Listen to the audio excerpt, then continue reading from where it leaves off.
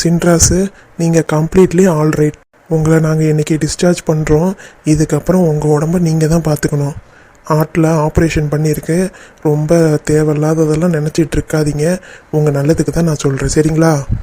Okay doctor. குடும்பத்தில் ஏதாவது பிரச்சனை வந்தால் டக்குன்னு ரொம்ப இமோஷ்னல் ஆகிடாதீங்க. எதுனாலும் பொறுமையாக ஹேண்டில் பண்ணுங்கள். உங்கள் நல்லதுக்கு தான் சொல்கிறேன். மாத்திரை மருந்தெல்லாம் ரெகுலராக எடுத்துக்கோங்க. மாதம் ஒரு வாட்டி செக்கப் இருக்கும். நான் எழுதி கொடுத்துருவேன். டைம் படி கண்டிப்பாக வந்துடணும். Okay doctor. You are completely all right. இன்றைக்கி உங்களை டிஸ்சார்ஜ் பண்ணுறோம். பார்த்து இருந்துக்கோங்க. Okay doctor. நல்ல வேலை, நம்ம நல்லபடியாக திரும்பி வந்துட்டோம். கீதாவுக்கும் முரளிக்கும் ஒரு ரிசப்ஷனை வச்சிடணும். இன்றைக்கே வீட்டுக்கு போயிடலாம்ப்பா. இங்கே இருக்கிறதே எனக்கு ஒரு மாதிரி இருக்குது.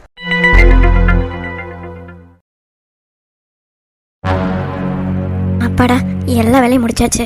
நேரத்தோடய சீக்கிரம் ஹாஸ்பிட்டல் போயிடணும். அத்தைக்கிட்ட வேற எதுவும் வேலை இருக்கான்னு கேட்போம். அத்தை அத்தை. என்ன அத்தை? பாத்திரம் விலைக்கு போட்டேன், சமைச்சிட்டேன், வீடும் கூட்டிட்டேன். வேற எதுவும் வேலை இருக்கா? துணி இன்னும் துவைக்கல, அது ஒரு சாயங்காலம் போல துவைச்சிட்றேன். சரி. வேற எதுவும் வேலை இருக்கா அத்தை? இல்லை இல்லை, ஒரு வேலையும் இல்லை. சரிங்க அத்தை. எதுக்கு இந்த மாதிரி கேட்டுட்டு போறேன்? ஒரு வேளை படத்துக்கு எதுவும் கிளம்புறாங்களோ? ஒன்றும் புரியலையே. அன்னைக்கு மாதிரி எதுவும் சொல்லாம போயிருவாங்களோ? என்ன ஏதுன்னு தீபா கிட்டே கேட்போம். என்னவா இருக்கும்? எங்க கிளம்புறாங்க? முன்னாடிலாம் எங்க போறான் எங்க வரான்னு சொல்லிட்டு போவான். இப்பெல்லாம் ஒரு வார்த்தை கூட சொல்லவே மாட்டேங்கிறான். இந்த தேனு பிள்ளையும் மாறிடுச்சு. எங்க போறாங்கன்னு எப்படி தெரிஞ்சுக்கிறது? என்னப்பா, வேலைக்கு கிளம்பிட்டியா? இல்லைம்மா, எனக்கு சின்னதாக வெளியில் வேலை இருக்குது. வெளியில் வேலையா? என்ன வேலை? அது வந்துமா, தேனோட ஃப்ரெண்டு ஒருத்தவங்களுக்கு கல்யாணமா, அதை பார்க்கறதுக்காக போகிறோம். கல்யாணமா? பத்திரிகைலாம் எப்போ வச்சாங்க? அது வந்து க்ளோஸ் ஃப்ரெண்டா, வாட்ஸ்அப்பில் அனுப்பிவிட்டா. அப்புறம் ஃபோன் பண்ணி சொன்னிச்சான். ஃபோன் பண்ணி சொன்ன இடத்துக்குலாம் போகலாமா? இல்லைம்மா, அவள் ரொம்ப க்ளோஸ் ஃப்ரெண்டா, போயாகணும் அப்படின்னு சொல்லி அவளும் சொன்னான். அவ சொன்னா உனக்கு எங்கே போச்சு அறிவு? சரி, அப்படியே போகணுங்கிற. அந்த பொண்ணு நம்ம வீட்டு கல்யாணத்துக்கு வந்திருக்கா? வந்திருக்காங்களாம்மா. எம்பிட்டு முறை செஞ்சாங்க?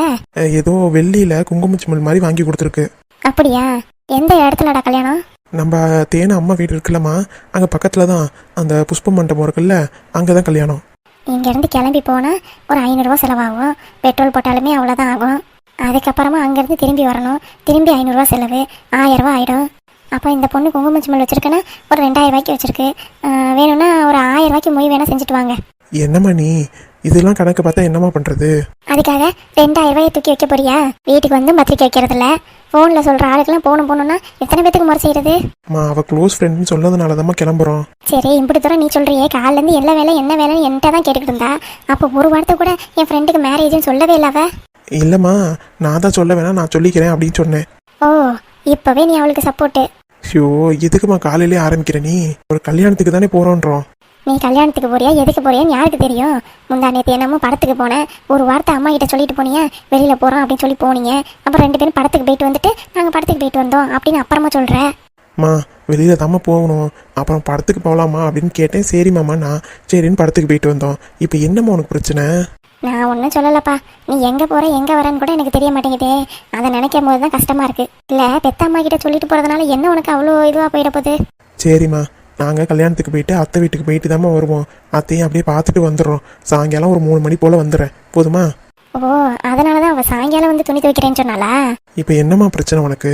அவள் தான் வீட்டு வேலை எல்லாத்தையும் செஞ்சு வச்சுட்டு தானே போகிறா. இல்லைன்னா நீ அதுக்கும் வேற திட்டுவ. ஐயோ சாமி, உன் பொண்டாட்டியை நான் எதுக்கு பார்த்துட்டு போகிறேன்? உன் பொண்டாட்டி வேலை செஞ்சா எனக்கு என்ன, வேலை செய்யலைன்னா எனக்கு என்ன? இது அவ வீடு, அவ வேலை, அவ தானே பார்த்தாகணும்.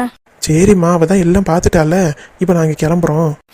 கிளம்புறோம்னு சொல்றியே, எங்க உன் பொண்டாட்டியே காணா? அவள் ஏதோ கிளம்பிக்கிட்டு இருக்காமா. அத்தை, நாங்கள் வெளியே போயிட்டு வந்துடுறோம். ஏண்டி, கல்யாணத்துக்கு போகணும்னு இவன் சொல்கிறான், கல்யாணத்துக்கு ஒரு புடவை கூட கட்டாமல் சுடிதாரை போட்டுட்டு போவே? ஓ, மாமா கல்யாணத்துக்குன்னு சொல்லிட்டாரோ? என்ன சொல்லி சமாளிக்கிறது?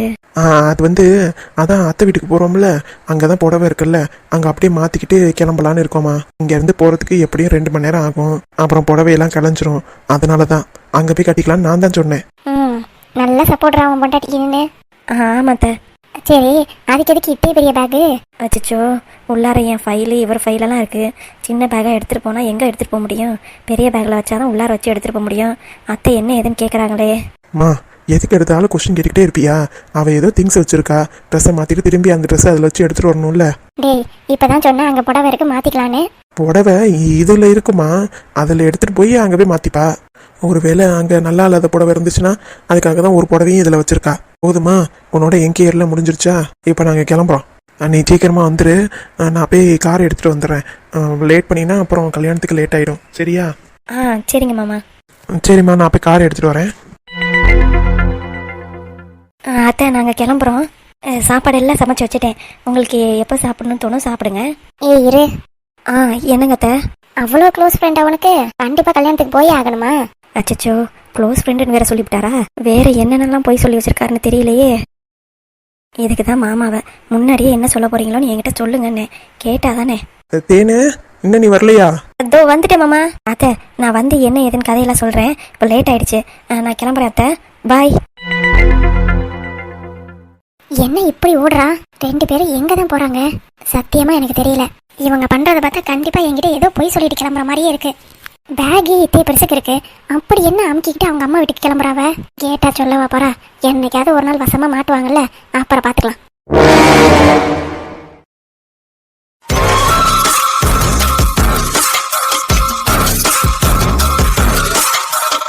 கீதா, என்ன தூங்கிக்கிட்டு இருக்கியாடி செல்லம்? உனக்கு ஏதோ பிரச்சனை இருக்கு, அதை நான் கூடிய சீக்கிரத்தில் கண்டுபிடிக்க போறேன். அதுக்கு முன்னாடி உன் கூட கொஞ்சம் பேசி விளையாடணும்னு ஆசைப்படுறேன். நீ எப்பதான் இறங்கி வருவேன்னு தெரில, அதுக்காகவே வெயிட் பண்ணிட்டு இருக்கேன். நான் கையில கூட சும்மா விட்டுருவேண்டி. ஏன்னா அவ அப்பாவி, ஒன்றும் தெரியாதவ. என்கிட்ட நல்ல விதமாக தான் நடந்திருக்கா. ஏதோ எங்கள் அக்கா மேலே உள்ள கோவத்துல தான் அவளை பழி வாங்கணும்னு நினச்சிக்கிட்டு இருக்கேன். மற்றபடி கயல் மேலே எனக்கு எந்த கோவமும் இல்லை. ஆனால் நீ ஏற்கனவே உன்னை மலை உச்சியிலேருந்து பிடிச்சி தள்ளி விட்டேன். நீ செத்து போயிட்ட, இன்னமேட்டு எனக்கு எந்த தொந்தரவும் கிடையாது அப்படின்னு சொல்லிட்டு நிம்மதியாக இருந்தேன். ஆனால் நீ உயிரோட வந்து திரும்பி எனக்கு குடைச்சல் கொடுக்க ஆரம்பிச்சிட்டல, உன்னை மட்டும் நான் சும்மா விடவே மாட்டேன்டி. வாடி வா, உனக்கு என்ன பிரச்சனைங்கிறத தேடி கண்டுபிடிச்சு உன்னையும் என் பையனையும் நான் பிரிக்கலை. என் பேர் செம்பாலடி.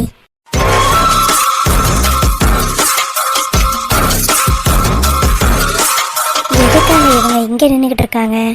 ஏன் ரூமையே வெறிக்க பார்த்துக்கிட்டு இருக்காங்க? ஒருவேளை ராஜாவுக்காக வெயிட் பண்ணுறாங்களோ? இல்லையே, அவன் அப்போவே கிளம்பி போயிட்டானே. ஓ, மாமியார் என்கிட்ட பேசுறதுக்காக தான் இவ்வளோ நேரம் வெயிட் பண்ணுறாங்களோ? பேசிட வேண்டியதா?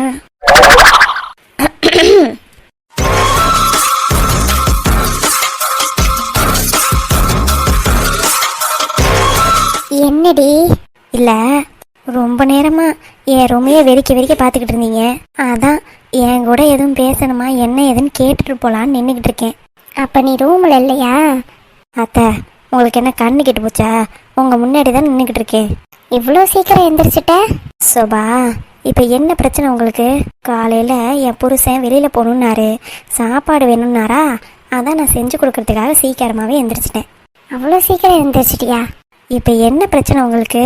ஓ, நான் இன்னும் எந்திரிக்கலன்னு சொல்லிட்டு நினச்சிட்டு ரூமையே வெறிக்க பார்த்துட்டு இருக்கீங்களா? நான் எந்திரிச்சிட்டேன், போதுமா? போய் வேலையை பாருங்க. ஏய் இருடி. என்ன மாமியாரே? நான் கொஞ்சம் தனியாக பேசணும். அப்படியா? சரி, தனியாக பேசிகிட்டு இருங்க. மேலே கொஞ்சம் வேலை இருக்குது, ரூமெல்லாம் சுத்தம் பண்ணணும். நான் போயிட்டு வரேன். என்ன திமுறா? உன்கிட்ட தனியாக பேசணும்னு இல்லை, எனக்கு தெரியாமல் தான் கேட்குறேன். நம்மளை சுற்றி வேறு யாருமே இல்லை. அப்படியே இருந்தாலும் 2-3 கொசு தான் இருக்குது. அதை கேட்டையும் காதில் விழுவாமல் என்கிட்ட தனியாக பேசணுமா? ரொம்ப நக்கலா போச்சு இல்லை? இல்லையே. ஏய், என்ன மாமியாரே, வேலை இல்லையா சொல்லுங்க, நானாவது சொல்கிறேன். சும்மா என்னைய வந்துட்டு ஏபின்ட்டு. உங்ககிட்ட பேசலாம் எனக்கு டைம் இல்லை. மத்தியானம் லஞ்சுக்கு சிக்கன் பிரியாணி, சிக்கன் 65லாம் வேணும்னு என் புருஷன் என்கிட்ட ஆர்டர் போட்டிருக்காரு. நான் சீக்கிரமாக போய் சமைக்கணும். நீங்கள் வேணா அங்கிட்ட போய் தனியாக பேசிகிட்டு இருங்க.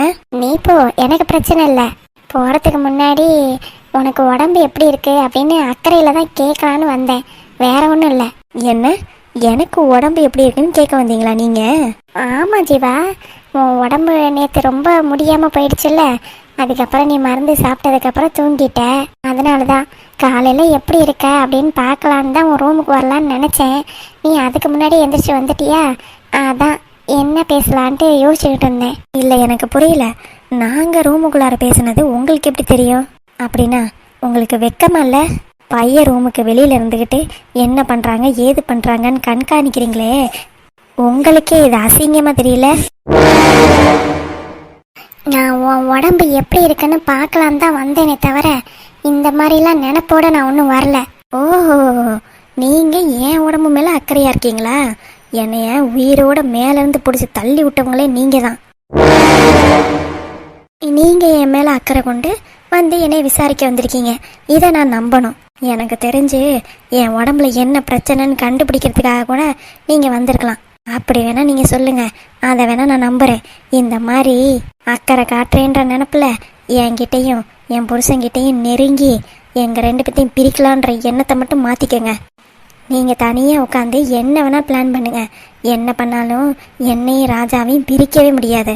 உங்களுக்கு அடுத்தவங்கள எப்படி பிரிக்கலாம், அவங்கள எப்படி கோழி மூட்டி விடலாம், இதுதான் உங்களுக்கு பெரிய வேலையே. அதை விட என் புருஷனுக்கு சமைக்கிறதே எனக்கு பெரிய வேலை. அவரை நல்லா பார்த்துக்கணும்னு நினைக்கிறேன். நீங்கள் உங்கள் வேலையை பாருங்கள், நான் வரேன். தம்மா துண்ட வாயை வச்சுக்கிட்டு என்ன பேச்சு பேசுறா? இருக்கட்டும் இருக்கட்டும், என் மகன் அழுவுறானா கண்டிப்பா உனக்கு பெரிய பிரச்சனை இருக்குடி. பேசு பேசு, நீ பேசுறதெல்லாம் கொஞ்ச நாளைக்கு தான். கண்டிப்பா உனக்கு அழிவு காலம் நெருங்கிடுச்சு. அதை என்ன ஏதுங்கிறத கண்டுபிடிச்சு சீக்கிரமா நான் உனக்கு கொண்டு வந்து சேர்க்கிறேன். என்ன, உன்னையும் என் மகனையும் பிரிக்க முடியாதுன்னு நினைச்சிட்டு இருக்கியா? கொஞ்ச நாள் மட்டும் டைம் கொடுடி. நீயா என் மகனை விட்டு போறியா இல்லையான்னு மட்டும் பாரு. அந்த மாதிரி நான் செஞ்சு காட்டல, என் பேரு செம்பால்ல.